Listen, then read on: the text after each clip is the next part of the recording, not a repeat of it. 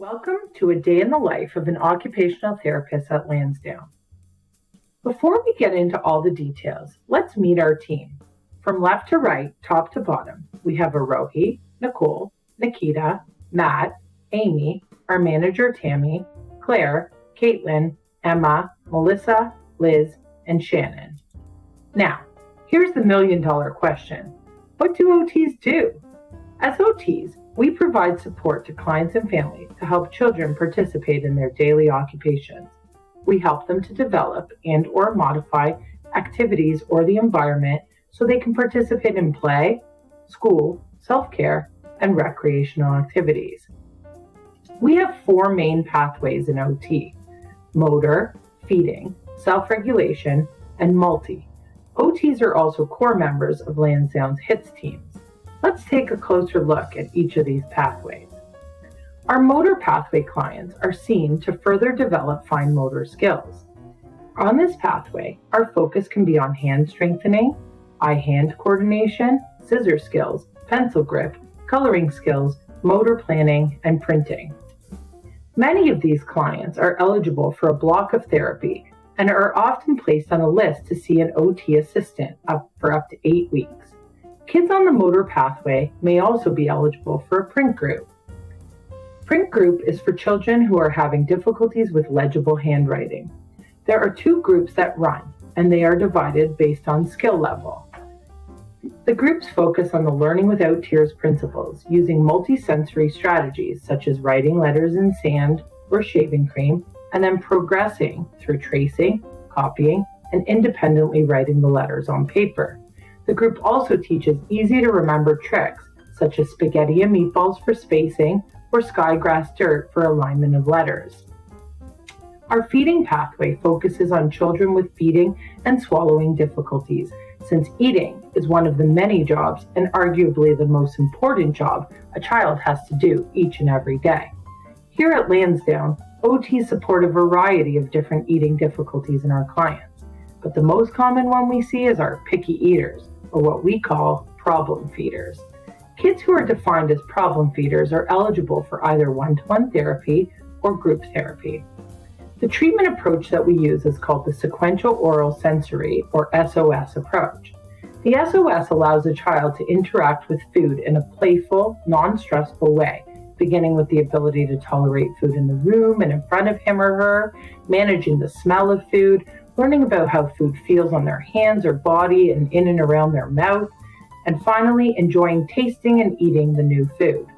The SOS group format has many benefits, but the most important benefit is the peer modeling for the children and parents and caregivers being able to connect and feel more comfort in the fact that they are not alone in their child's feeding journey. OTs also provide support around self-regulation and more specifically, sensory processing. Self-regulation is the ability to match your body, brain, and feelings to the activity you are doing.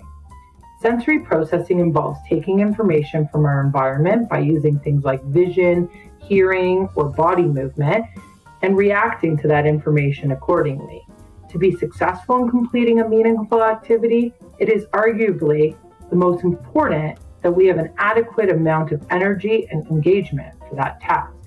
OTs support families on our self-regulation pathway primarily through education and consultation.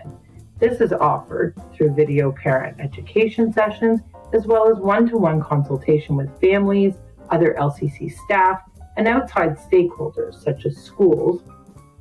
In-person sessions may also be completed with a child to trial sensory self-regulation strategies and/or teach them or their caregiver what self-regulation is and what tools they could use to help it.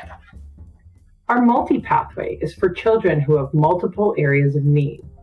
These children not only struggle with fine motor, but may also need support around toileting, dressing, sensory processing, and feeding.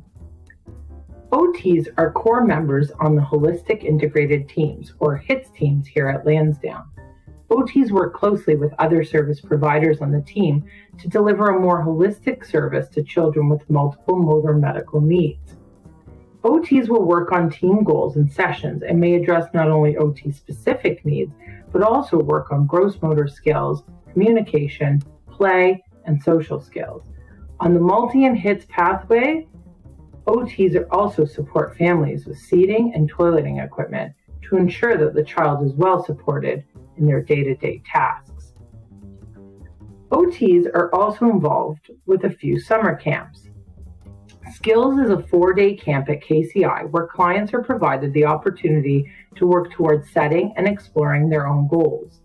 One OT and one OTA are designated to be a part of the multidisciplinary team.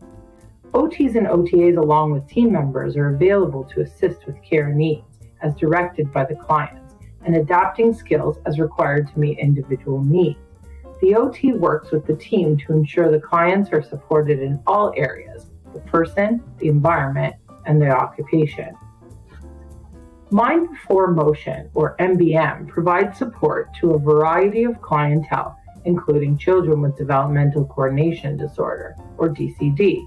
DCD is a motor disorder that could affect gross motor skills and/or fine motor skills, potentially impacting a child's ability to learn new motor skills, such as tying shoelaces, printing, riding a bike, using utensils, and throwing a ball. At the end of MBM camp, we are hopeful our clients will master new skills such as riding a bike or tying up their shoelaces. There are some additional benefits to attending the camp, such as opportunities for clients to work together and develop friendships, improve their confidence and self-esteem, practice their typing skills, and have a ton of fun during our group-based activities. There is a new theme and group activity each day of camp, which keeps things fresh and exciting. Water Day is a personal favorite of the staff running the group. Is your head spinning yet? I get it. OTs really do wear many different hats. So let's discuss how and when to make an OT referral. The best way to check is to look in the U drive under Shared Files, where there is an internal referral criteria document that details when a fine motor, feeding, or self-regulation challenge warrants a referral. You're also welcome to come down to the OT department or email any of us to ask if you're unsure. Thank you for your time today and learning about OTs at Lansdowne. We hope you enjoyed our presentation.